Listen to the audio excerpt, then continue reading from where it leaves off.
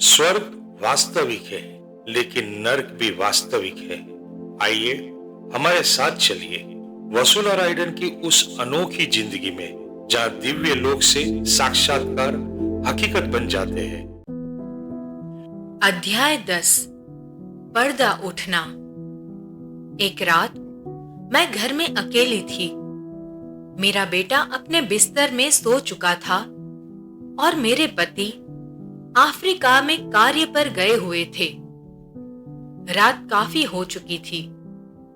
बाहर का यातायात लगभग शांत पड़ गया था और मैं बैठक के फर्श पर बैठी थी।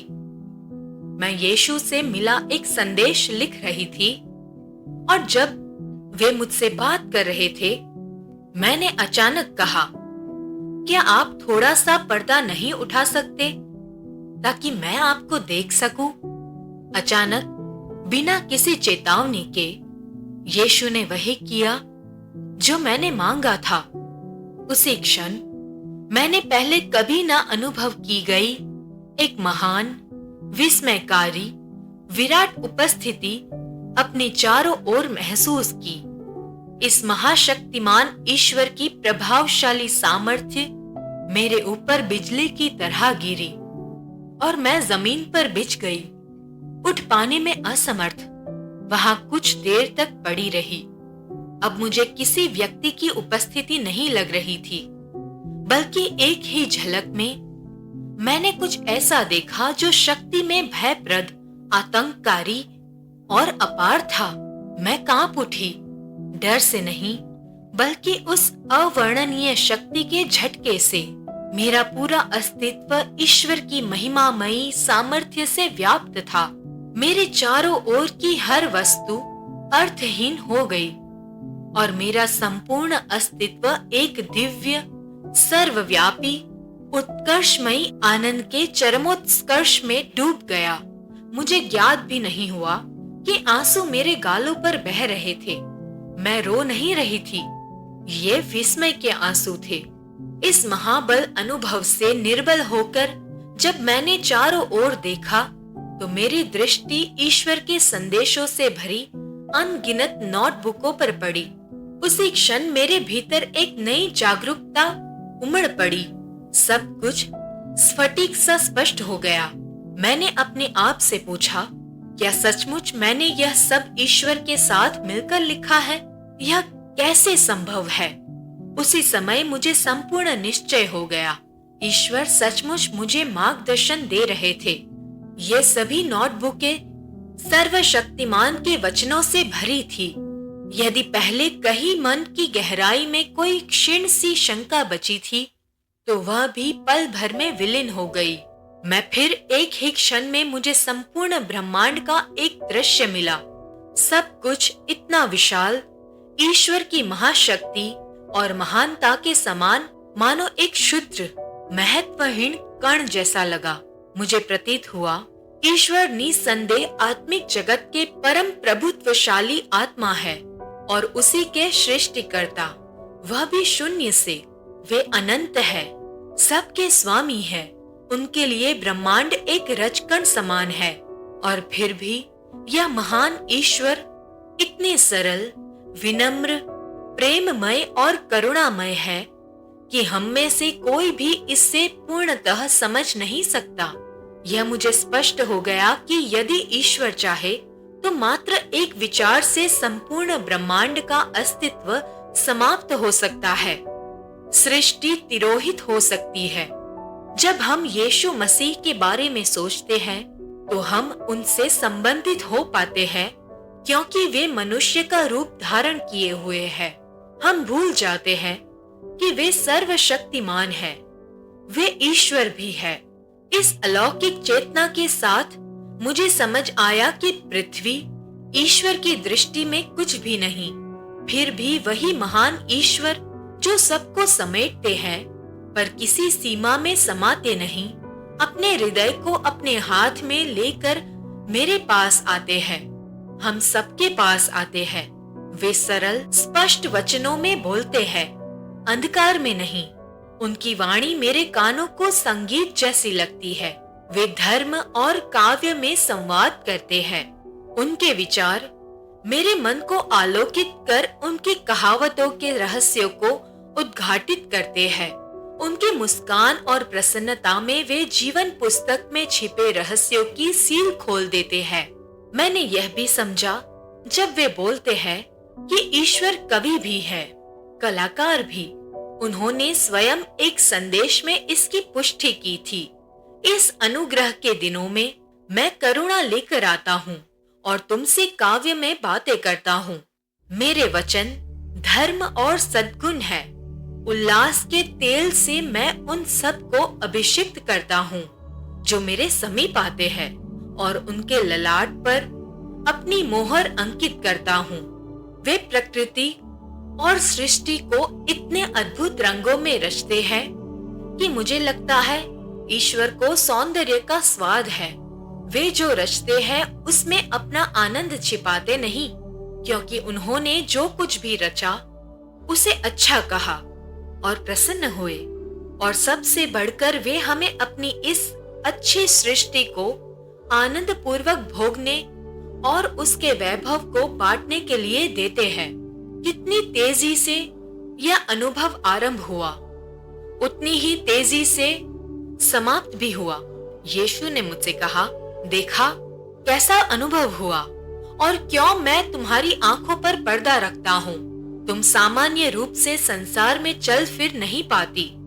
मैंने तो केवल कोने का पर्दा उठाया, पूरा पर्दा नहीं। मैंने प्रभु को धन्यवाद दिया इन अनुग्रहों और उपहारों के लिए जिनकी मैं पात्र नहीं थी। मैं समझने लगी कि इस मिशन में ईश्वर मुझे कभी अकेला नहीं छोड़ेंगे।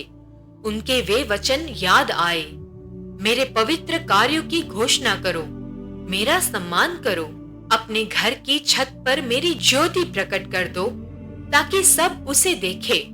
जब वे इस ज्योति को पहचानेंगे, दूर दूर से एकत्रित होंगे। उन्हें बताओ कैसे मैं तुम्हारे पास आया और यह ज्योति तुम्हें दी। इस दर्शन के बाद जीवन साधारण रूप से चलता रहा, तब तक जब एक दिन मेरी एक मित्र ने पूछा कि क्या मैं किसी धर्मशास्त्री द्वारा दी जा रही रहस्यवादी धर्मशास्त्र की कक्षाओं में रुचि रखती हूँ। बताया गया कि वह धर्मशास्त्री इस क्षेत्र का विशेषज्ञ है। यह सुनकर मैं आकर्षित हुई कि शायद उसकी व्याख्याएं मेरी अपनी स्थिति को बेहतर समझने में सहायता देगी। मेरे मित्र ने पहले ही उसे मेरे अनुभवों के बारे में बताया था और वह इतना उत्सुक हुआ कि उसने संदेशों को अंग्रेजी से फ्रेंच में अनुवाद करने की भी पेशकश की।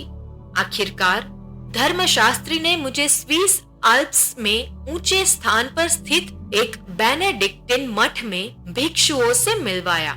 वे उस धर्मशास्त्री को भली भांति जानते थे और जब भी वे उनसे मिलने आते, उन्होंने उसके लिए ध्यान प्रार्थना के लिए एक कोठरी भी दे रखी थी। मैं उन पवित्र साधुओं से मिलने के लिए उत्सुक थी। परिचय होने के बाद वे मेरी कहानी सुनने के लिए आतुर थे। मेरी बातें सुनकर वे आनंदित हुए कि ईश्वर ने मुझ पर कृपा की है और हमारे समय के लिए संदेश दिए हैं। उन्होंने मुझे प्रायः आने का निमंत्रण दिया ताकि हम साथ प्रार्थना कर सके। कुछ दिनों बाद जब मैं पुनः उनसे मिलने गई तो मैंने वहां के प्रधान को एक क्रूस भेंट किया जिसे यीशु ने एक विशेष प्रकार से आशीषित किया था। यह उपहार उन्हें अत्यंत प्रिय लगा, परंतु सब कुछ शीघ्र ही बदल गया। वह सकारात्मक वातावरण अधिक समय नहीं रहा क्योंकि पुनः शैतान ने दखल दिया। मैंने अनुभव से जाना कि किसी आत्मा को निराश करने के लिए शत्रु मनुष्य का और वस्तुओं का उपयोग करता है। वह हर बात को अपने लाभ में बदल देता है। झूठ और छल से भले लोगों की आंखों पर पर्दा डालकर उन्हें उसी आत्मा के सताने वाले में बदल देता है जिसके विरुद्ध वह कार्य कर रहा होता है।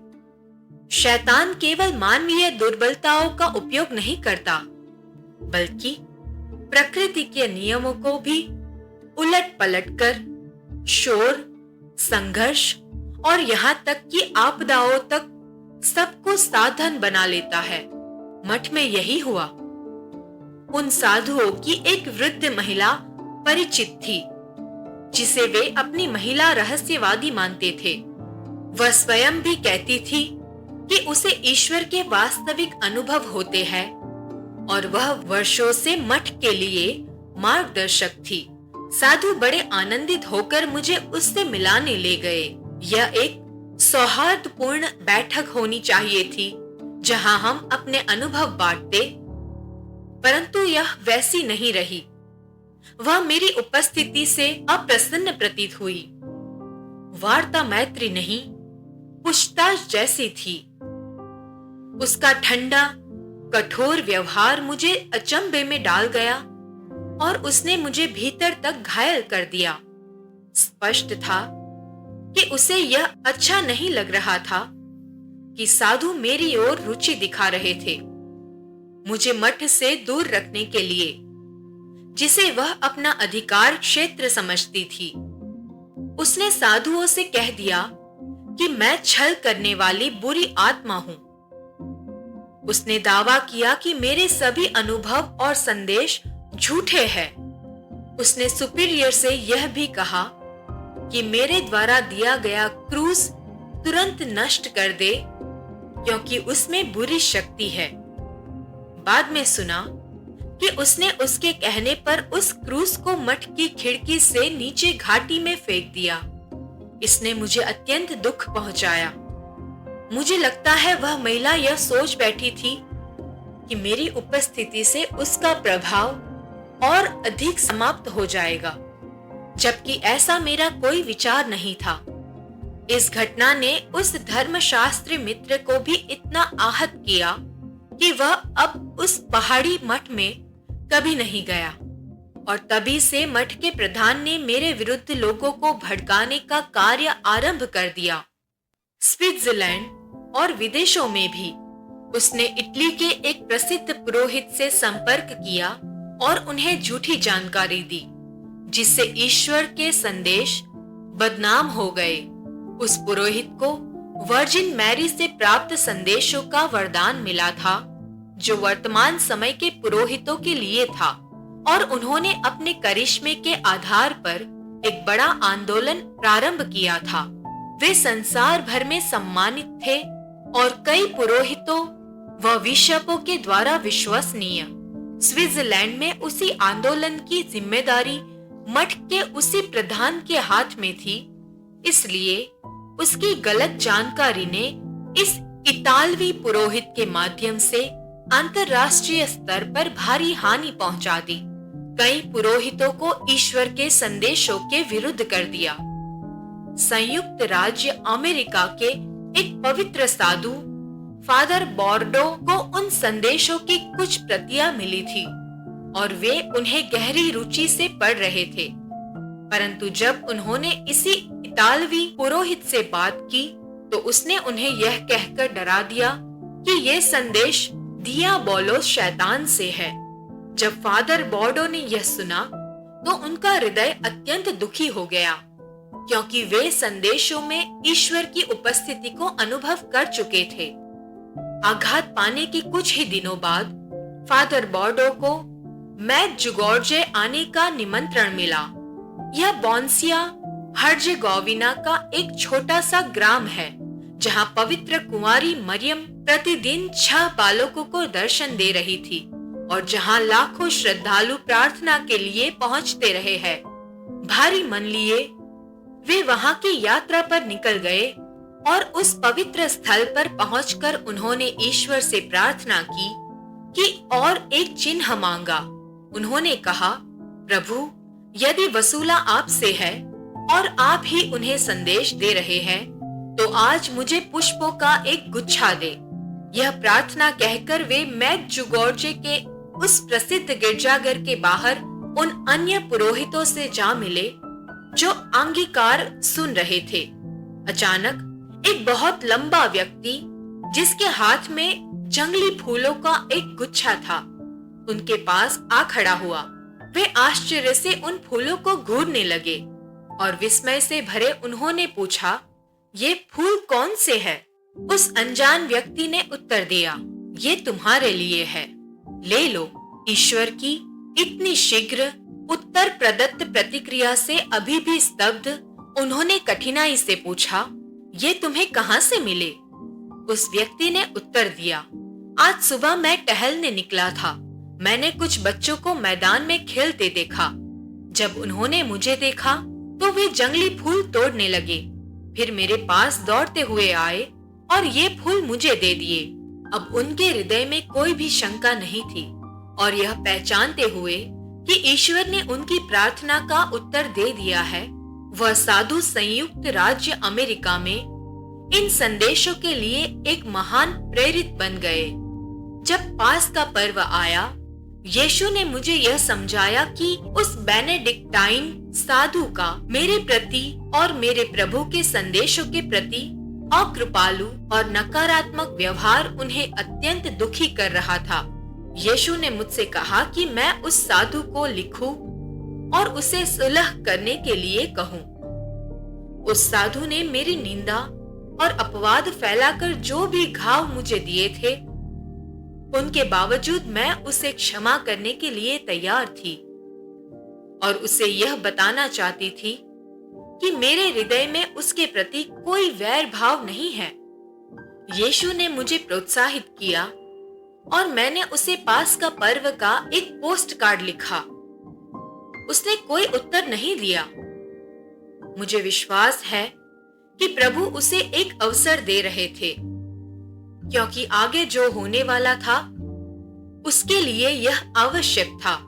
इसी बीच वह इतालवी पुरोहित, जिसे उस स्विस साधु ने मेरे बारे में गलत जानकारी दी थी, एक विश्वसनीय स्रोत प्रसिद्ध धर्मशास्त्री मॉन्सिन्योर रेने लॉरेंता से मेरे विषय में सत्य जान गया। उनका विचार इन संदेशों के प्रति अत्यंत अनुकूल था और आज भी है।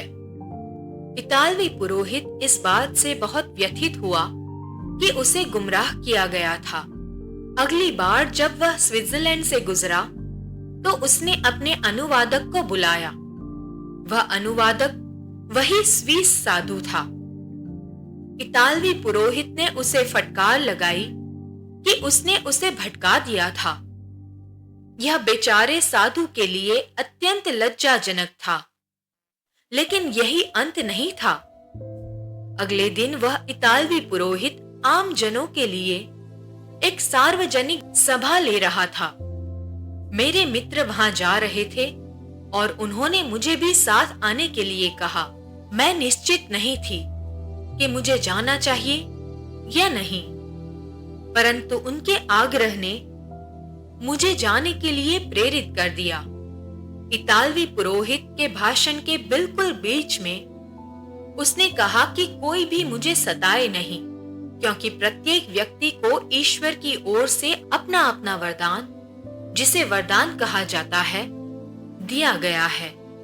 वह यह भी कहने लगा कि जो भी व्यक्ति ईश्वर से कोई वरदान जैसे भविष्यवाणी, रोग चंगाई का वरदान, प्रज्ञा का वरदान और अन्य उपहार प्राप्त करता है, तो लोग स्वतंत्र है कि वे चाहे तो उसका अनुसरण करे या ना करे।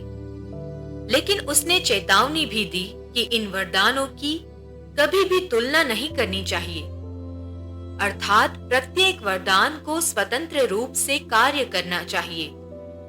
जब साधु को मेरे विषय में ये शब्द अनुवाद करने पड़े, तो मैंने देखा कि उसका चेहरा लज्जा से लाल पड़ गया।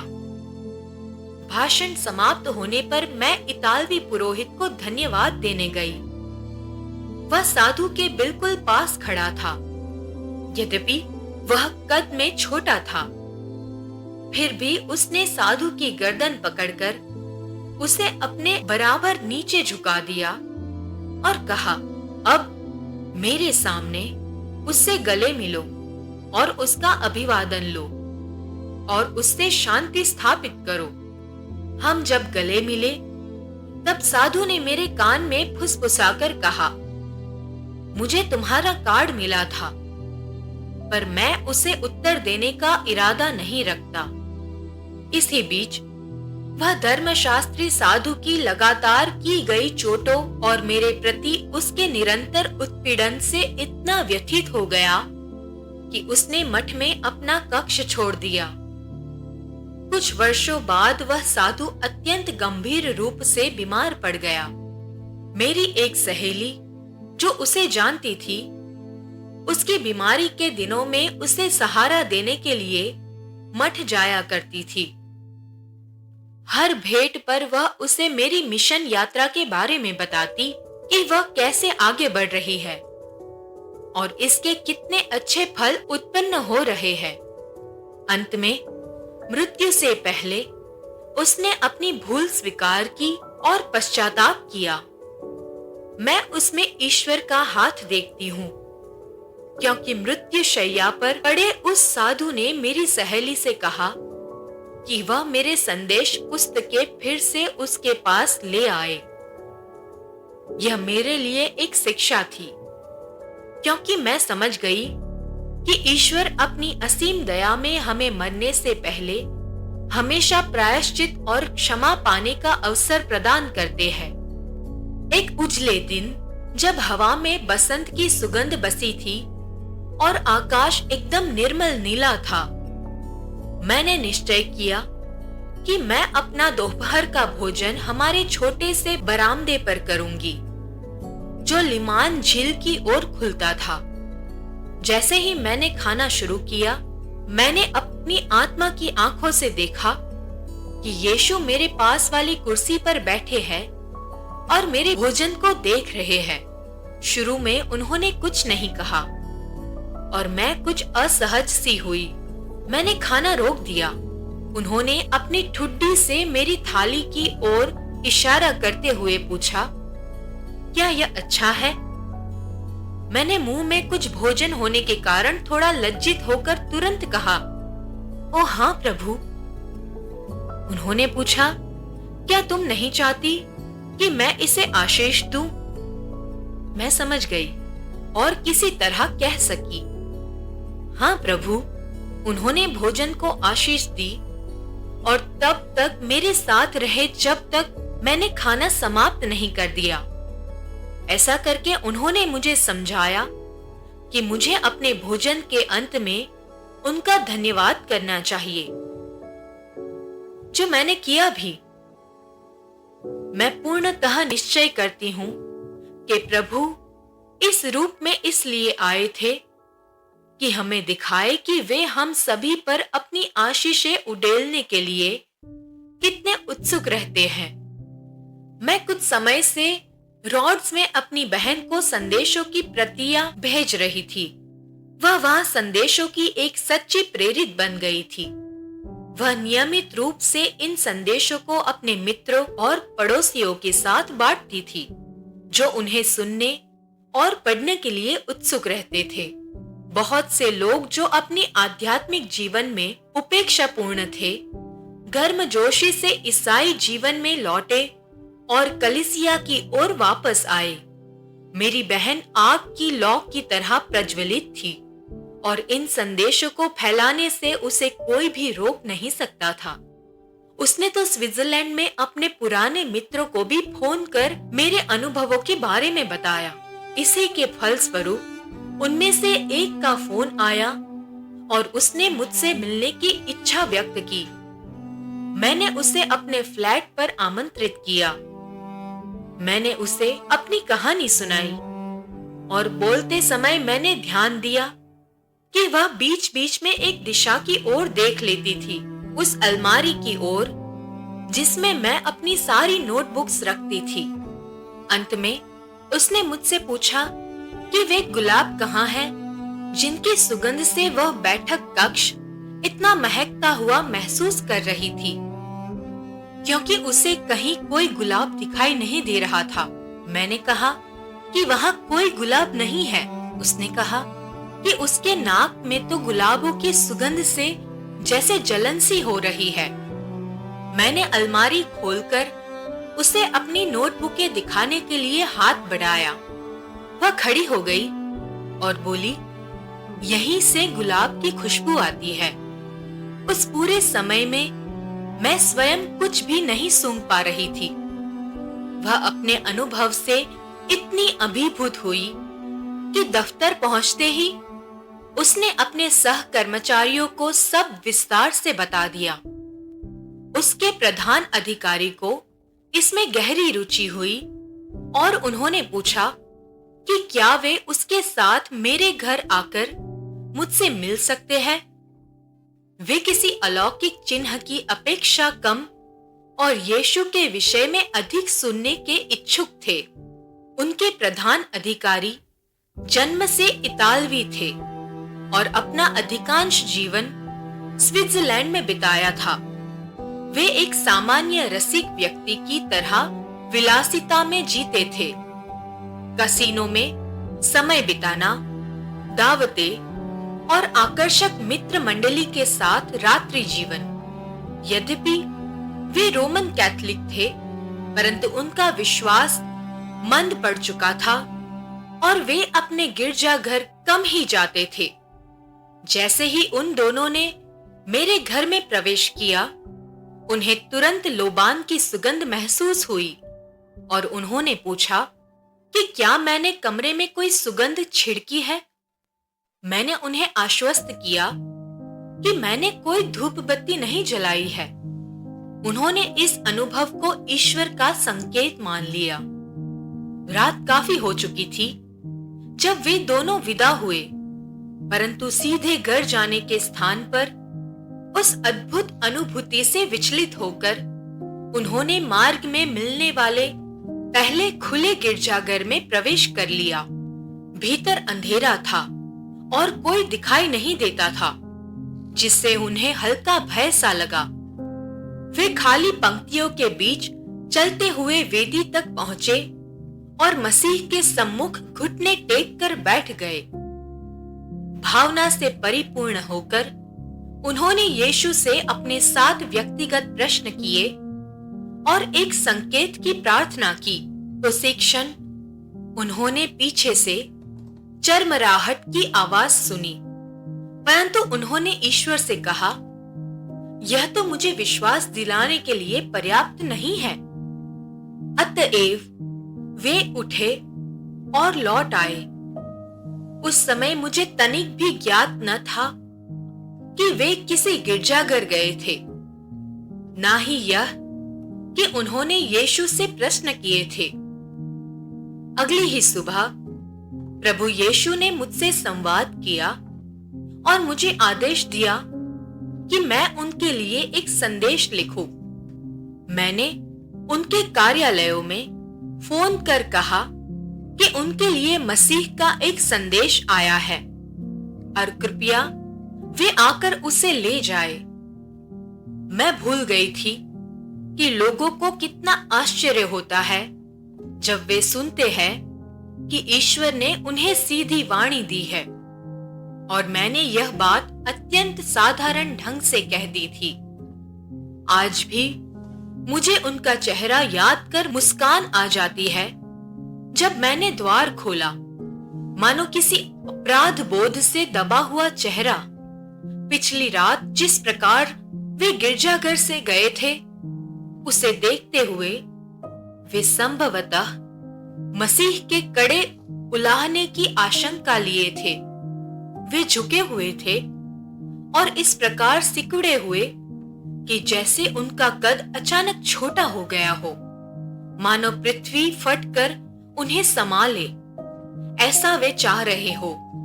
मुझे सचमुच समझ नहीं आया कि वे इतना कैसे सिकुड़ गए। वे बिना बोले भीतर आए। जब मैंने उन्हें वह संदेश पत्र दिया, मैंने लिखा कि उनका हाथ कांप रहा था। जैसे ही वे पढ़ने लगे, उनका मुखमंडल उजला पड़ने लगा, मानो किसी प्रकाश की किरण उन पर पड़ रही हो। वे अब भी स्तब्ध थे और धीमे स्वर में बोले, यीशु मसीह ने मेरे कल रात्रि के सभी 7 प्रश्नों का उत्तर दे दिया है। उस क्षण से उनका जीवन पूर्णतः बदल गया। उन्होंने क्षमा प्राप्ति का अनुभव किया। वे एक दृढ़ ईसाई बन गए और मसीह के प्रेम के साक्षी। अपनी इस नई आनंदपूर्ण अवस्था में उन्होंने चाहा कि उनका परम मित्र जो फ्रांस में रहता था भी ईश्वर को पाए। उन्होंने उससे बुलाया, परंतु उसके मित्र को यह बात तनिक भी पसंद न आई कि जो व्यक्ति उसके साथ प्रतिदिन कसीनो और दावतों में जाता था वह अब ईश्वर की बातें कर रहा है। यह तो उसके लिए किसी भयावह समाचार के समान था। फिर भी अनिच्छापूर्वक उसने सप्ताहांत में आने के लिए सहमति दी। आने से पहले ही वह मुझे जादूगरनी कहकर उपहास कर रहा था, मानो मैं कोई तांत्रिक स्त्री हूं।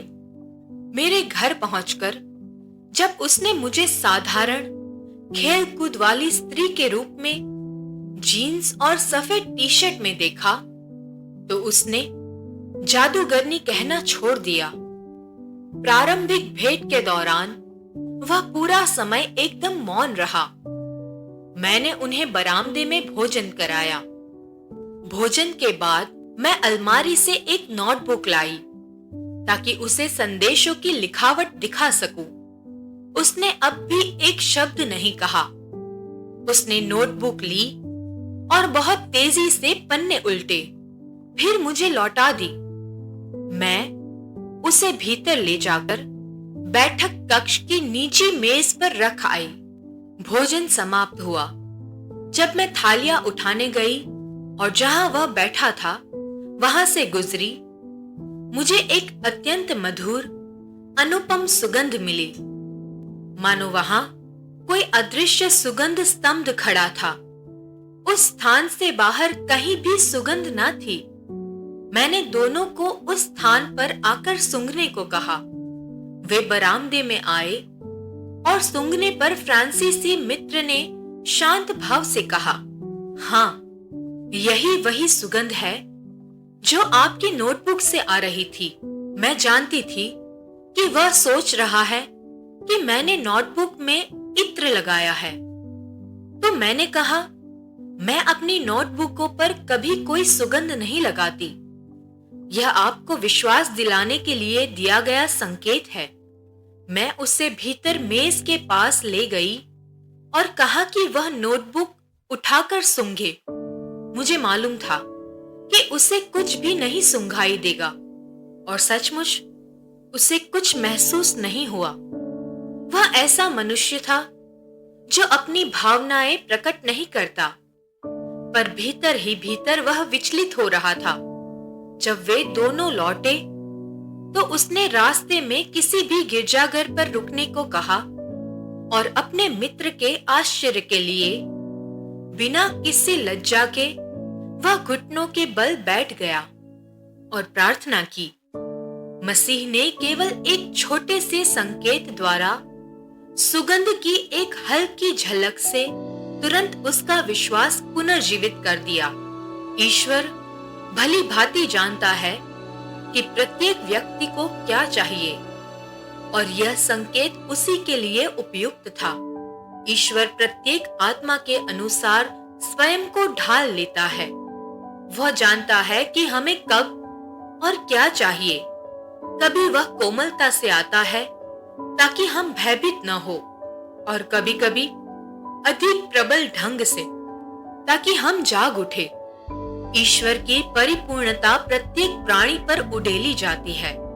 हमारे इन कठिन दिनों में जहां तर्कवाद और भौतिकवाद ने आध्यात्मिक जीवन के प्रत्येक पक्ष को घेर लिया है, विश्वासी लोगों को भी अविश्वासी बना दिया है और उनके मन को हर वस्तु से भर दिया है। ईश्वर को छोड़कर फिर भी जिसे मनुष्य भूल गए हैं, उस ईश्वर ने मनुष्य को कभी नहीं भूला। स्वयं ईश्वर कहता है, उन्हें बता दो कि जिस ईश्वर को वे भूल गए हैं, उस ईश्वर ने उन्हें कभी नहीं भुलाया। ईश्वर अपनी दिव्य दया को हम पर विस्तार देता जा रहा है। हमारी दयनीय आध्यात्मिक दरिद्रता तक स्वयं को झुकाकर अकारण मिलने वाले वरदानों के साथ ईश्वर प्रत्येक आत्मा को खोज रहा है। जैसा कि वह कहता है, मैं एक नदी के किनारे टहल रहा था जब मेरी दृष्टि एक बहती लकड़ी पर पड़ी जो संसार की धारा में बहती जा रही थी। मैं झुका, उसे जल से निकाल लिया, अपने घर ले आया और अपने आनंद उद्यान में रोप दिया। एक सूखी लकड़ी के टुकड़े से मैंने तुझे एक वृक्ष बना दिया। मैंने कहा, बढ़ बढ़ और मेरी वाटिका में, मेरी अपनी धरती में जड़ पकड़ और तेरे पुष्पों में से ऐसी सुगंध उठे कि मेरी न्याय भावना को शांत करे। मैंने कहा, तेरे फलों की फसल प्रत्येक मास फूट पड़ेगी और तेरी पत्तियां अनेकों के लिए औषधि बनेगी। कभी कभी मैं आनंद पूर्वक तेरा छटाई कार्य करता हूँ। मुझे आनंद है तुझे पुष्पित होते देखना और तेरे फलों में निरंतर वृद्धि देखना। केवल मेरे पवित्र स्थान से निकलने वाला जल ही तुझे वृद्धि दे सकता है और जीवन दे सकता है। मैं यहोवा यह सुनिश्चित करूंगा कि तू समृद्ध हो। मुझे प्रसन्नता होती है मार्ग में ऐसे बहते हुए लकड़ी के टुकड़े उठाने में। जिस किसी को भी मैं अपने मार्ग में उठा लूं, मैं उसे जीवन दे सकता हूं। आपने अभी स्वर्ग वास्तविक है लेकिन नरक भी वास्तविक है सुना। कल हमारे साथ जुड़िए एक नए एपिसोड के लिए।